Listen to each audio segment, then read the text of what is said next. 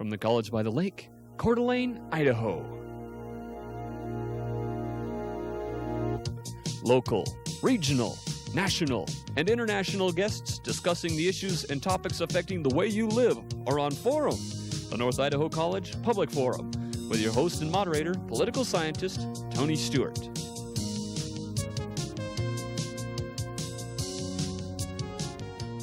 Today we are most pleased to have the subject, the birth order factor. I think this is one of the most exciting topics we've had on this program over the years. And what we're going to do, we're going to talk with all of you about whether you were the first child, or if you're from a family of several children, the middle, or the baby, and how that affects your whole life. In order to carry out that discussion, we're so pleased to have on our program Margot Long, who is Associate Professor of Education at Whitworth College. She also serves as the Director of the Center for Gifted Education at that institution. Our guest holds a baccalaureate degree from Whitworth College, as well as a master's degree in the field of arts and teaching. Margot, in talking with you on the phone and before the program, it's just really exciting to talk to you about this subject. You show so much energy and excitement, and we look forward to this interview. And thank you for taking time out of a very busy schedule to deal with this exciting issue. Thank you. And I'm very pleased to have our two regular panel members to join in the questioning. First of all is Janelle Burke, who is an attorney in the state of Idaho, and next to her is Steve Shink, who is the Dean of College Relations and Development at North Idaho College. And I shall ask Janelle to commence the questioning. Margot, this is a subject that is of interest to everyone because each one of us is somewhere in our family. And of course our fathers and our mothers were also somewhere in their family, either a first child or a middle child or perhaps a baby of the family. So let's just start right out with saying, what are some characteristics of a first child? What are some of the things you would look for in a first child? Well, I'd like to start out with looking at the first child as a possibility and of characteristics, and not have everybody feel that they have to be these characteristics. You may find a couple of them that describe you, and you may find some that don't describe you at all. But first children tend to be very responsible. They are very concerned about doing what's proper. They are raised from the time that they are born. We are told to act our age, to make sure that we're doing it appropriately. There's a tremendous amount of ego involvement from the parents with the child, so that if the child acts appropriately, then that reflects on the parent. And because there's so much attention given to this child, then this child's behavior becomes of prime interest to everyone, primary family, secondary friends, socially, or whatever. So there's a great amount of influence from the parents on doing things correctly and doing things right, especially in our culture. So the firstborn tends to be responsible, tends to be a list maker, tends to want to do things the right way, and will follow directions. Likes to be a leader, but likes to be a leader of others. Very much likes to be in charge. If I can interrupt, I wish they'd get on the screen if they would. We have put on, you've brought some handouts with you. And if they put, now it's on the screen. And now this is a handout that I use when I'm giving a general introduction. And you can look at these characteristics and see if you identify as a firstborn with any of them. But what they indicate is that you are responsible and you've been raised to be responsible. And if things are not going well, there's a tendency for you to feel that you're supposed to step in and fix that. That's your major role, is to be responsible. Now, before we go on to the middle child and some of the characteristics of the middle child, I'd like to ask you, are first children often overachievers? Well, I have trouble with the term overachiever. I work in gifted education with gifted, very bright students, and I don't call anybody an overachiever. I don't have any trouble with the term underachiever. But what we have is a sense that you should be all you can be. I think if somebody runs a 4-minute mile, they're not overachieving.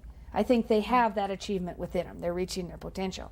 But the emphasis, with it, which is what you're making reference to, the emphasis is to be all you can be in an appropriate way, fitting into the parameters that you live in. And if you want change, there's an appropriate way to bring about change, which hence develops into leadership skills. You often, if there are many children in the family, are put in charge of the other children, so that position is and often readily taken.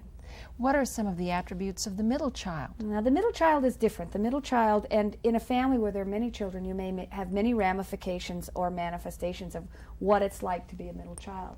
But often the middle child is either very quiet or very verbal. In other words, the firstborn is getting, you be this, you do this, you should. And the baby of the family is getting, you are so cute and so fun and so delightful. So the middle child is sort of what we call slipping through the cracks. And so they tend to be mediators.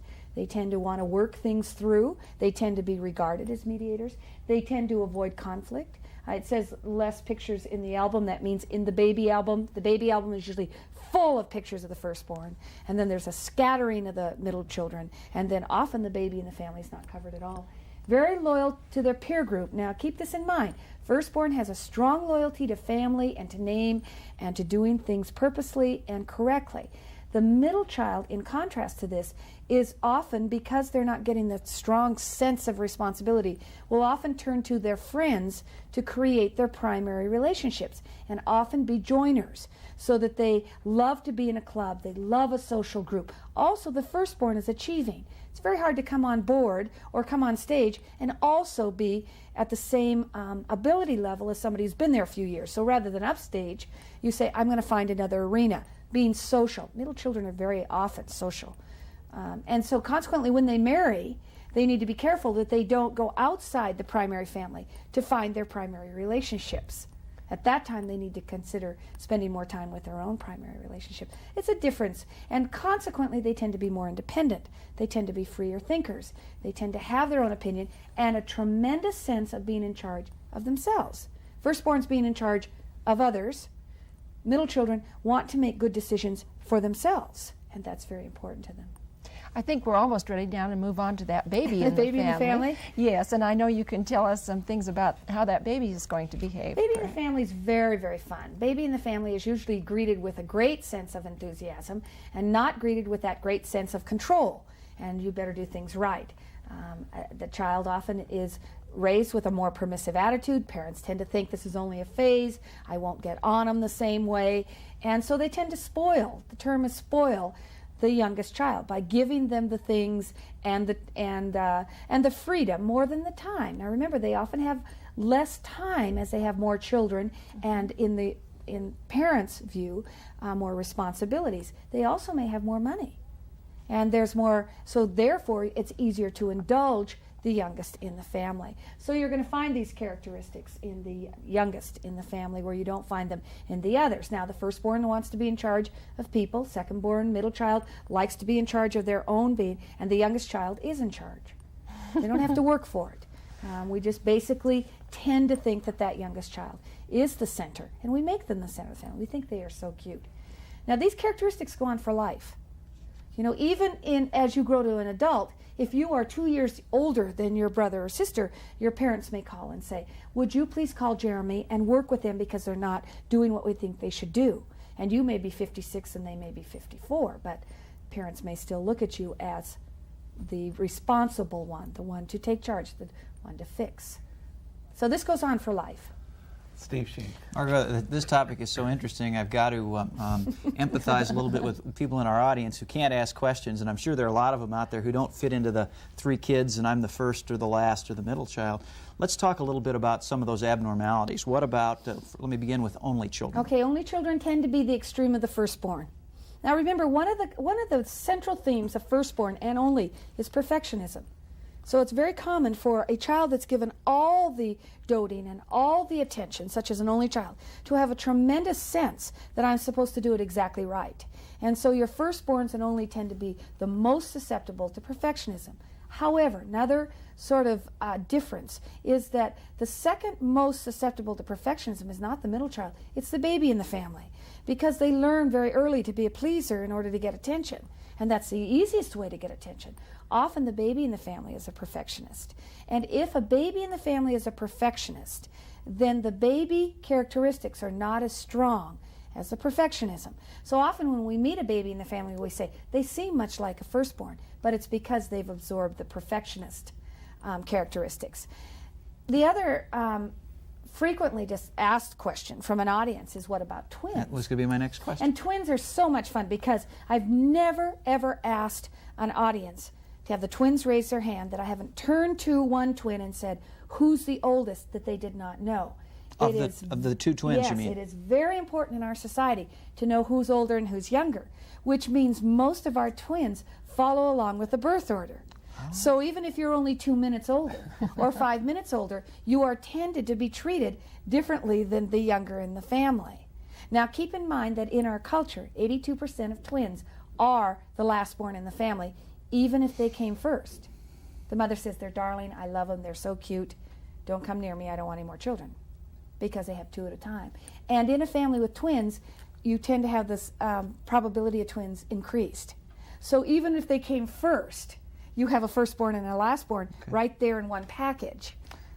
I've got 2 more sets of, I don't like the term abnormal, let's say unusual situations. What about very large families, 10 children, you're the 7th child? How does that fall out? Well, what happens is you still get a predominant first child, and you often get the predominance in the baby. But those middle kids, if you go back to the list and look at those, you're going to find the issue of independent thinker. They're going to find their own place. Now, you may have more freedom in their behavior as you get closer to the youngest child, and you may have more sense and interaction from the parents, you know, that direction, that control with the older middle children. But middle kids tend to diffuse out to find out, who am I, rather than dictating by the family norms or dictating from kind of that hedonist approach, which the baby grabs onto so quickly, if they're not a perfectionist. And a final question in this group would be, what about adoptions? And I'm thinking particularly, you said earlier, I believe, that typically you don't change. Wherever you are is where you are. I'm thinking of a situation where you have an older child who is adopted and might have been an only child or an oldest child and suddenly becomes a middle child. Do they change at all? I can't give you an answer on this, but I'm going to give you some things to consider. In a nurture-nature argument, is the child this way because they're born, you know, because of what they were when they were born, or because of the way they were treated? Remember, this is a treatment issue. It's the way you were treated. So a lot of it would come down to, I would ask the youngster that was adopted, where do you fit? And why do you think you fit there? The other part of this is that when you look at it's the age of adoption. If you're adopted at birth, and you're adopted into a family that has a very strict birth order, there's already an oldest child, you become the middle, then they adopt another, which becomes the youngest, and it's at birth, you're going to find a stronger influence than if you adopt siblings, which we have many couples who have done this, let's say of Asian extraction, and come to this country, and you adopted siblings, and they're 5 and 8, and then you absorb them into your family. You're going to see a different influence there. And you may see a real struggle. You may be seeing an extension of both. Let me give you a quick metaphor. We have a young lady that was in class when we did this, because it's so important for kids to understand when they go out to teach that kids are different. And this is one way they're different. And she said, I don't fit. She said, you know, I'm a middle child, but I have firstborn characteristics. And I said, tell me a little bit about your background. She was the third, 2 older brothers. The mother and the 2 older brothers were killed in a car wreck. She was 12 years old at the time. You can tell exactly. She had 2 younger. You know exactly what happened in that family. And the 2 younger were males. At 12 years old, this youngster was put into being a firstborn position with a tremendous amount of responsibility. So even though she'd been raised all the way till 12 with very middle, you know, child characteristics, then all of a sudden she's being treated with a great amount of effort for firstborn. So she has that struggle going on all the time. She wants to be in charge of herself, and all of a sudden she's put in a leadership role. And so she tends to feel somewhat comfortable there, so she's constantly in leadership roles, and then backs off because she really believes she'd rather be in charge of her. That's what happened. So in that case, this is not something I lay on somebody. I wouldn't say, you know, Tony, take this information, this is you. I say, Tony, do you fit? How do you fit? Where do you fit? You know, and what makes sense to you? And it's a way of exploring your behavior and relationships, family constellation, sibling rivalry. It's a way to explore it rather than a distinct pattern that we all fit. And following up on that, Margot, it's just so interesting, and you articulate so well this whole process. But when you're dealing with this issue and you're taking it all through your life, and this young lady you talked about at 12, when she had to deal with 2 things, that will also go with her always, will it not? That she will always have this conflict between the 2 But her orders. awareness was enlightening to her. Yes. Because she has behaviors where there's a drive towards one behavior, and then she tends to stand off. And she said, why do I create a situation and then stand back? And by awareness is a significant part of self-understanding and understanding relationship with others and being effective. So this is awareness. How do you fit? Where do you fit? What do you need? When we played Chinese checkers with our children, my husband's a firstborn. I'm a baby in the family. And we have these 2 little children playing Chinese checkers, and the youngest was 3. He would say, my husband, firstborn, no table talk. I would say, oh my gosh, he's only 3 years old. Can't we help him? No table talk. When the boy wins by his own ingenuity. No table talk. Now, that's coming from a firstborn. Yes. My tendency, since I had been aided all my life, everybody had stepped in to help me. I obviously look like I need help. They still do that, and I'm very comfortable with it. I say, help the little bugger. He says, none. I can remember when they started playing table tennis. They were given no handicap. At 3, if you could get up on the box, hold a paddle, you played. If it was 21-0, you played. See, I have a different approach than that. And it really, really impacts your life. Another question is that, and I know that one can't be real scientific about it, but with all the observations and classes sort of you've had, what percentage of individuals would you say would probably, let's take all the oldest children, for example, what percentage of those would probably follow the characteristics? You say they're exceptions. The majority of people identify with at least some of the characteristics. Okay. I always say, look at the characteristics and tell me if you don't fit. Or come up afterwards and share with me you don't fit. And I think, when we talked about this in the group, that was a large group. Yes. And I don't have very many people. I would say less than, boy, it's really hard here. I think I would say less than 2% that come up and say, this does not fit. Usually when they don't fit, there is an event, a situation, blended family, extreme. Now, it may be a cultural difference. I had a young man in class who was third-born and had very much the strengths of the firstborn. But he is a South African, and he is a native South African. And in the family, the boy is given all possessions to decide how they'll be distributed in the family. Now, he was treated as the most responsible in the family, though he had 3 older sisters. So he looked at that list and he said, I hardly fit any of these middle characteristics. Well, from the day he was born, here was the boy who would receive all to distribute. That's the way that culture works.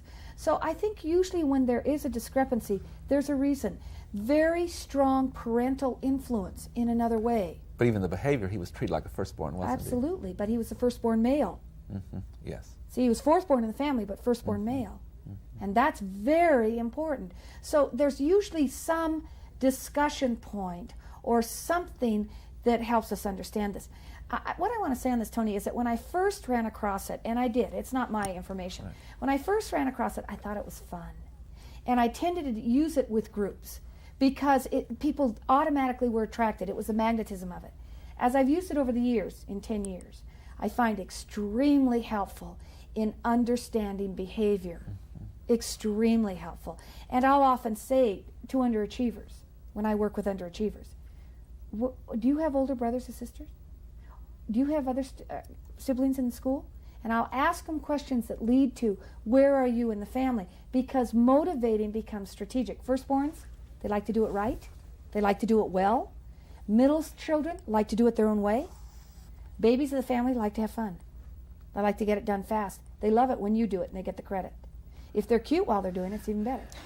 They get attention, it's better. So if they fit, those become motivators that are easy to use. So when I'm frustrated with a student, I'll often switch into, do you have brothers or sisters?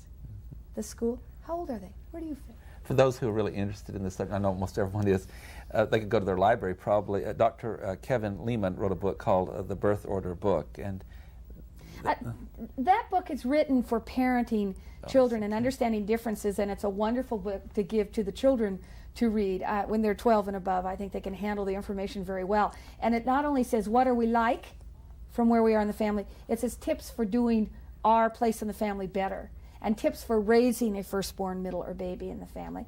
This is all out of Adlerian psychology. So if you want to go back to the original source, you'll find much that was written, and it is a psychological base, which gives you an idea of why there isn't such hard data on it. I have one question back to the panel, and that is, where you are in the birth order and all, I heard you say that it also affects such things as who you marry. Would you explain? Firstborns tend to marry either middles or babies. Firstborns like to be in charge, so they tend to marry somebody who does not mind the other person being in charge. If a firstborn marries a firstborn, there has to be tremendous communication skills or very distinct job descriptions of what you do. Babies in the family tend to marry somebody who's going to be an audience and somebody who's going to take charge. They're used to that, so they love to marry a firstborn or a middle. If they marry another baby, then one of them needs to take charge. Or they'll make decisions like this. We've totally run out of money this month. What shall we do? And they'll decide to go to Seattle and spend the weekend to think about it.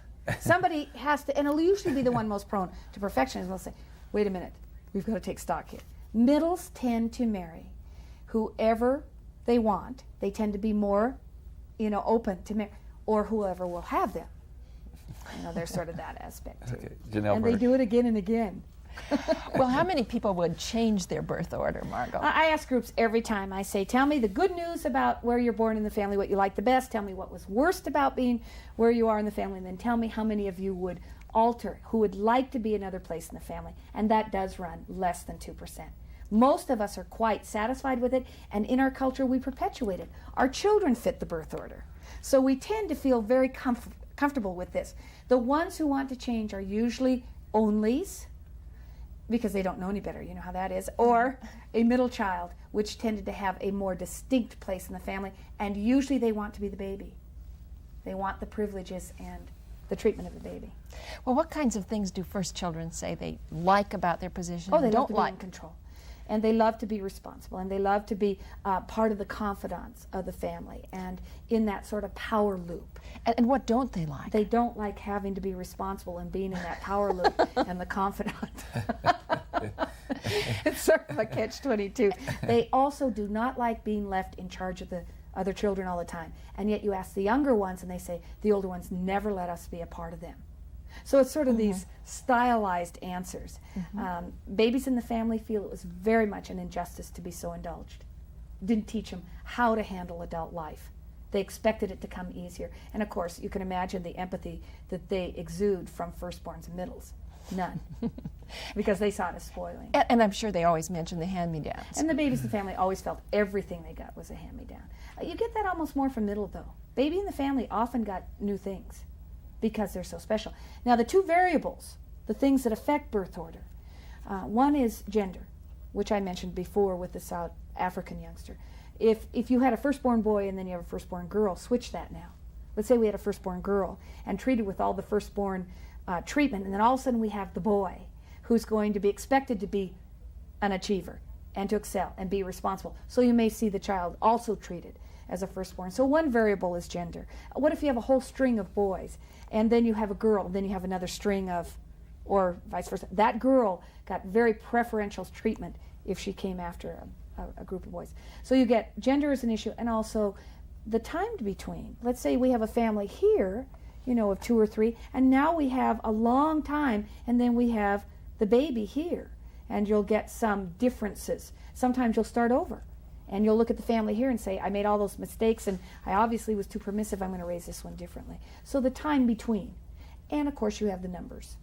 And prior to our show, we talked a little bit about the blended families and how that's changing things too as well, and how one might understand the behavior of someone just because they were originally a part of a first family, and then there's now a new family. And what you've talked about there, in our culture, we don't give a lot of really solid revealing issues about the blended family, and so many of us are raising blended families. And it's an awkward situation, and sometimes it's hard to separate what is natural between parents and children and what is coming from the situation of being a blended family. But what you've brought up, the blended family does often disrupt the patterns of the birth order.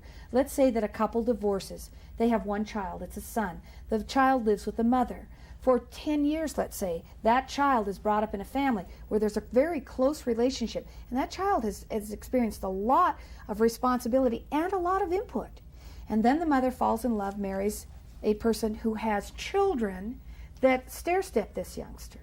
And what you get is displacement. They've lost their secure position in that family, and that adjustment is hard. And you may not even be aware of the adjustment that they're making. The child may not be aware of it. They just know they've been displaced. Steve Sheen. Are there generational differences in how these patterns play out? In other words, would someone who is now in their 80s or 90s and is a middle child be any different than a child born fairly recently? We have such strong generation differences, and our generation differences are a value, orientation. How strong are we to strict values and right and wrong? We call it conservative and liberal, but I think it's really an issue of a strong sense of right and wrong. And our older generation, 50 and above, have a very strong sense of place in the family, responsibility in the family, upholding the family and the situation, whereas when we get to our baby boomers, Generation X, and our younger generation, we tend to be more flexible. However, the thing that interests me is no matter the group I work with, and it may be at a women's conference or in a college classroom or with a couples retreat or junior high students or even fifth graders, you tend to see the birth order factor. It plays out. It seems to be the one thing in our culture that continues to play out. We perpetuate it. We tend to continue to do that. And you watch when a couple has their firstborn and the intensity of expectation. Is this a good baby? We ask that question. Is it a good baby? And we know exactly what good babies do. They sleep, they raise their hand when they want to talk, they never spit up, and they begin encouraging those behaviors. As they have more children, they tend to be less controlling. But it seems to cross generations. Everyone seems to relate to it. In your work, do you see that, or classes you hold, any difference in how this is affected by a family with a single parent compared with two parents? I think it holds pretty constant.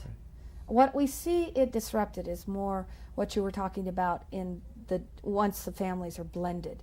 But whether the original parent family or a single parent, you still tend to see that birth order place. However, in single parenting families, there tends to, not always, be more collaboration and input because we have to make it, and we have to make it together. We don't have the parents raising the children. You have a parent working with the children to make it work. So there tends to be more collaboration. But the birth order is still there. The single parent expects the firstborn to be responsible, take care of the younger. The middle child has more leash. That relationship with the siblings is there.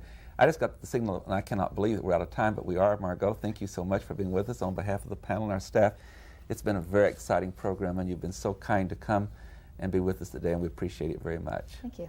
Ladies and gentlemen, our guest has been Margot Long, who's the director of the Center for Gifted Education at Whitworth College, and we've been discussing the birth order factor of where children come in families and how that affects their whole life. I know you've enjoyed this program, and I'd like to invite you to be with us again next week at this same time, when we will discuss yet another subject. Until then, please have a good week. I am Tony Stewart.